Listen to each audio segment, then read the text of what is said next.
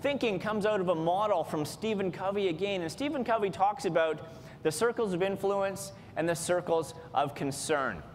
Now, the circles of concern are all those things that impact your world, but you can't do anything about them.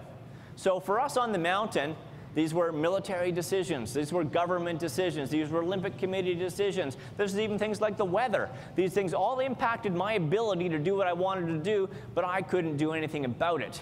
For us back here in Canada, you know, this is the price of the Canadian dollar. This is competition. This is the recession. This is jobs being moved overseas. This is the unemployment rate. These are all things that impact your business, but you individually can't really do a whole lot about them.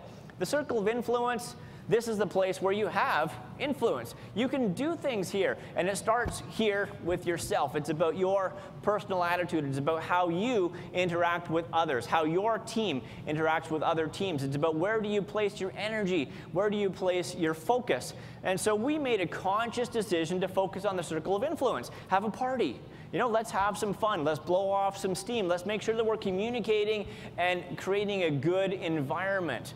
Now, when you looked around camp, you could see that there were some teams just like us living in that circle of influence. And there were other teams living in that circle of concern. They were arguing with the military. They were fighting with each other. They were fighting with other teams. And you could just see they were not happy. They were permanently grouchy. They were, you know, going around and getting in skirmishes with other teams. And so it wasn't a good environment. Now, when you looked around, you know, you could see who was in the circle of concern and who was in the circle of influence. And there was a couple of interesting things that happened here. Those teams that were living in the circle of concern, first of all, those people got sick at a pretty high rate. I got to know the base camp doctor pretty well. And he would tell me what teams have got pneumonia, who's got pulmonary edema, who's got the flu. And there's a very close correlation between those teams that were living in the circle of concern and the teams that were getting sick. You know, you've all heard the studies, right? As our stress levels go up, our immune capacity goes down, we become more susceptible to illness, and we get sick. That's what was happening to these people right in front of my eyes.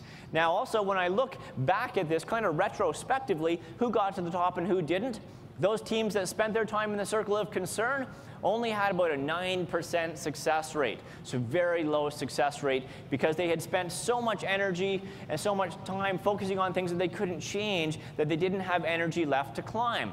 Now, for those teams who are living in the circle of influence, things were very different. One is we were healthy. You know, we're basically breathing the same air. We're living in the same environment. Our tents are 20 feet away from each other, and they're sick and we're not. So what's the difference here? It's our stress levels. It's our immune system ability. And because we weren't so stressed out, we could handle the environment more effectively. And when you look at success rates, those teams that lived in the circle of influence had about an 80% success rate. So living in the circle of influence doesn't guarantee you success, but it gives you a much, much greater opportunity for success. So we're very conscious in choosing living in the circle of influence.